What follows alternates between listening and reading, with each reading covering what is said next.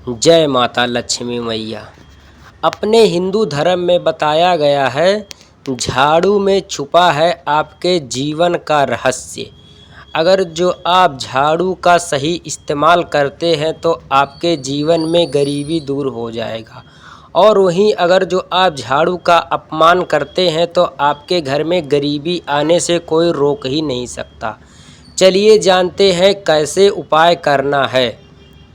तो अपने हिंदू धर्म में बताया गया है, हर एक घर में झाड़ू पाया जाता है, तो हर एक घर में झाड़ू का आदर सम्मान सब लोग अच्छे से नहीं करते हैं। वहीं किसी के घर में झाड़ू लगाने के बाद कहीं पर भी झाड़ू को फेंक देते हैं, तो आपको ऐसा नहीं करना है।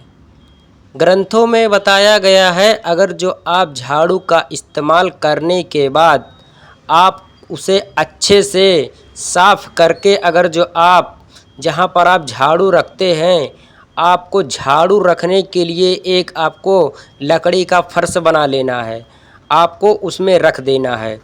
अगर जो आप ऐसा करते हैं तो माँ लक्ष्मी मैया आपके घर में उनका आगमन स्वयं होगा, अगर जो आप अपने घर की साफ़ सफाई अच्छे से करते हैं तो।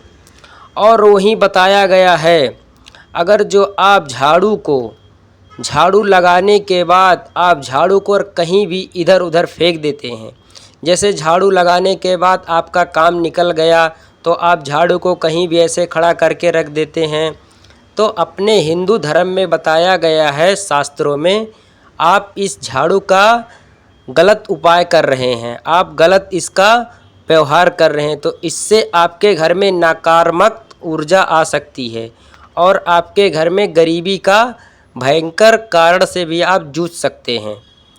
और अपने हिंदू धर्म में बताया गया है दोस्तों, अगर जो आप झाड़ू को दिन में 10 से 15 बार अगर जो आपके नज़र में झाड़ू पड़ता है तो ये संकेत बहुत बुरी है, आपके घर में गरीबी का सामना आप कर सकते हैं।